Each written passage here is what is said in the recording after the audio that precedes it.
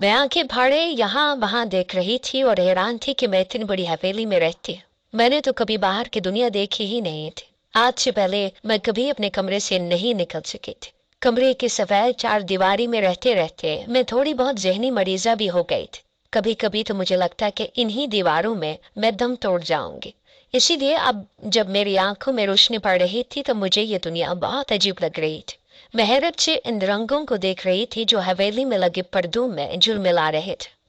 मैं ऊपर के पोर्शन में खड़ी थी और सामने ही गोल जीना नीचे की जानिब उतर रहा था। नीचे से काफी शोर शराबे की आवाजें भी आ रही थी। ये आवाज मैं बचपन से सुनती आई थी, बल्कि यूं कहूं तो गलत ना होगा कि इसी शोर शराबे को सुनकर मैं बड़ी हुई थी। और एक वाहिद यही आवाज थी जो मुझे जिंदगी होने का पता देती थी। घुंघरू की झनकार मुझे अपनी तरफ खींच रही थी।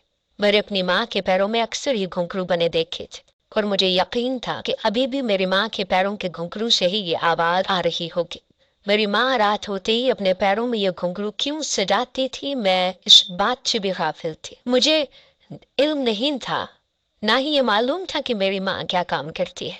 मुझे अपनी माँ से हद दर्जा नफरत थी जिसने मुझे जीते जी मार डाला था। मैं जवान होती लड़की थी, लेकिन अब तक वो मुझे कोई छोटी सी बच्ची समझा करती थी।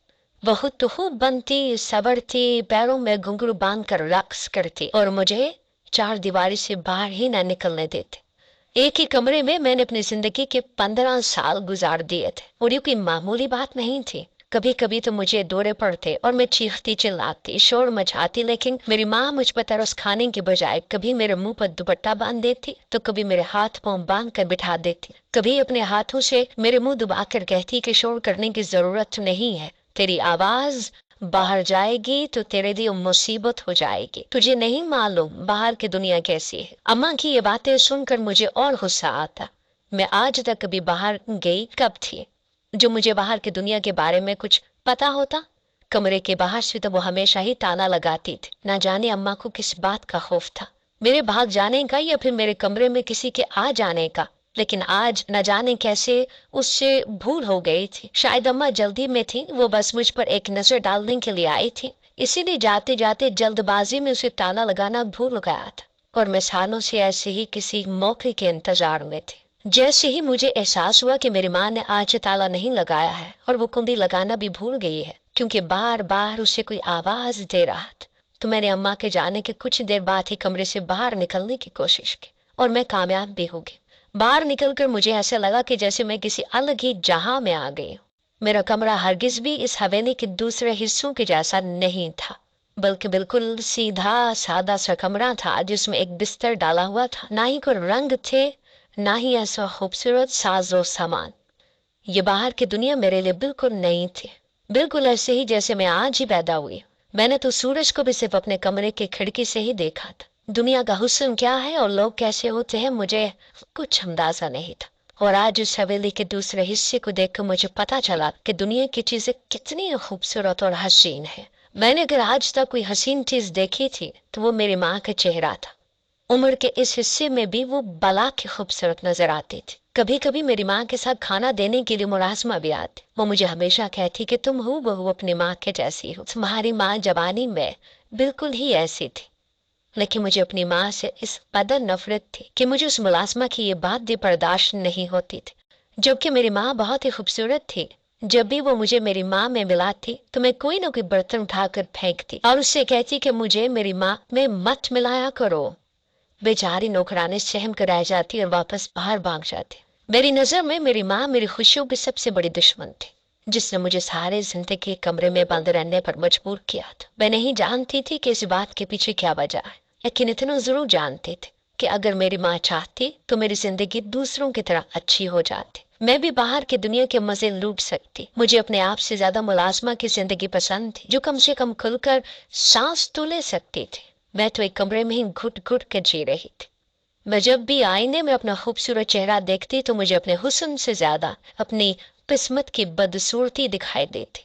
दिल चाहता कि इस शीशे को ही तोड़ दूं। ऐसे हुस्न का क्या फायदा था जिसे सिवाय तेरी माँ और एक मुलाजमा के कभी किसी ने देखा नहीं था। सराहना तो बहुत दूर की बात थी।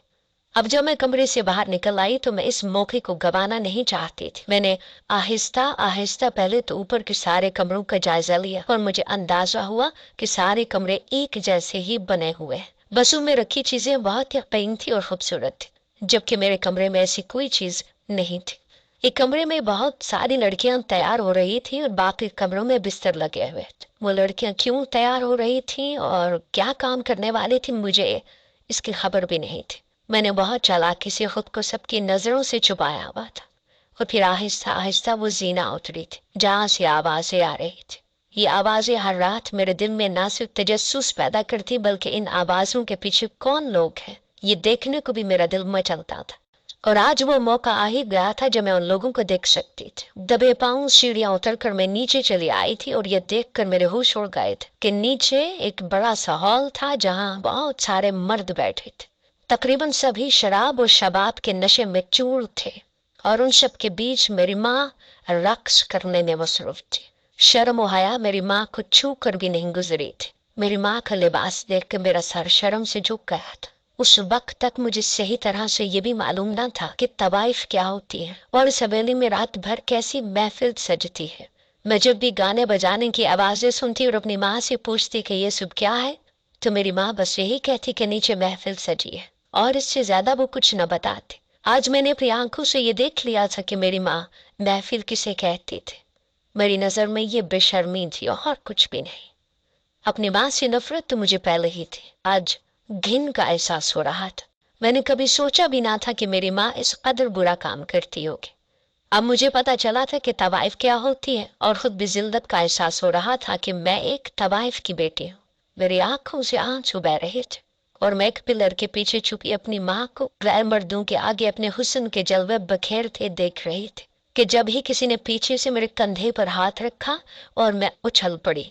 शायद मेरी चोरी पकड़ी गई थी और ये सोच कर मेरा दिल धक से बढ़ गया था कि मैं दोबारा इसी चार दीवारी में कैद हो जाऊंगी जहां से आज मैं बहुत सालों बाद मौका पाकर निकली थी। इससे पहले कि मेरे हल्क से चीख बरामद होती किसी ने मेरे मुंह पर हाथ रखकर मेरी चीख का गला घोंट दिया था। मैंने फटी फटी आंखों से देखा तो एक उधेड़ उम्र मर्द था जो बड़ी हैरानी से मुझे देखते हुए कह रहा था कि तुम मेरी बेटी हो। उसके अंदाज में अजीब वालिहानापन था, जैसे वो मुझे पहचानने की कोशिश कर रहा हो या फिर मुझे देखकर हैरत जता हो। उसने जबरदस्ती खींचकर मुझे अपने गले लगाया था और मैं हक्का बक्का रह गई थी। उसने मुझे इतना कसकर भींचा था कि मेरा सांस रुकने लग गया था। बस यही लफ्ज मेरे कानों में गूंज रहे थे कि तुम मेरी बेटी हो। मेरे दिमाग ने काम करना छोड़ दिया था। मैं सोच भी नहीं सकती थी कि इस तरह कमरे से बाहर निकलते ही मुझे मेरा बाप मिल जाएगा। मेरा बाप कौन था? मुझे पैदा करके वो यहाँ मेरी माँ के हवाले क्यों छोड़ गया था? मुझे ये वो सारे सवालात थे जो मैंने न जाने कितनी दफा सोचे थे और आज जब ये शख्स मुझे अपनी बेटी कह रहा था तो मुझे यकीन नहीं आ रहा था कि वो मेरा बाप है। लेकिन मुझे सीने से लगाए वो बार बार कह रहा था कि तुम मेरी बेटी हो, तुम्हें यहाँ नहीं रहना चाहिए, ये जगह तुम्हारे लिए नहीं है, तुम मेरे साथ चलो। बड़ी मुश्किल से मैंने खुद को उसकी गिरफ्त से आजाद करवाया। उसने मेरे मुंह से हाथ हटाया लेकिन इशारे से समझाया कि चीखने चिल्लाने की जरूरत नहीं है। मैंने उससे कहा कि मैं तुम्हारे साथ नहीं जाना चाहती, मुझे नहीं पता कि तुम कौन। वो कहने लगा, मैं सच कह रहा हूँ, तुम ही मेरी बेटी, मेरे साथ चलोगी तो मैं तुम्हें बहुत सबूत दिखा दूंगा, लेकिन अगर तुम यही रही तो ये लोग तुम्हें भी इस गंदगी में धकेल देंगे। मैंने पलट कर अपनी माँ की तरफ देखा जो रक्स में इस कदर महव थी कि उसे आस पास का होश ही नहीं था। वहां मौजूद मर्द उस पर पैसा लुटा रहे थे और एक उधेड़ उम्र की औरत वो पैसा समेटने में मसरूफ थी। मैं ये काम नहीं करना चाहती थी। मेरी माँ के लिए मेरे दिल में जो नफरत थी, इस मौका पर उसने मुझे इस बात पर राजी कर लिया कि मैं सब कुछ छोड़कर इस आदमी की बात पर भरोसा कर लूं। और यही मेरी जिंदगी की सबसे बड़ी गलती थी कि बिना अपनी माँ को कुछ भी बताए मैं उस आदमी के साथ उस हवेली से निकल पड़ी। उस आदमी ने मुझे बड़ी खामोशी से अपनी गाड़ी में बिठाया था और हम वहां से बाहर निकल आए थे। गाड़ी तेजी से सड़क पर दौड़ रही थी और काफी देर बाद हम एक बहुत बड़े बंगले में पहुंच गए।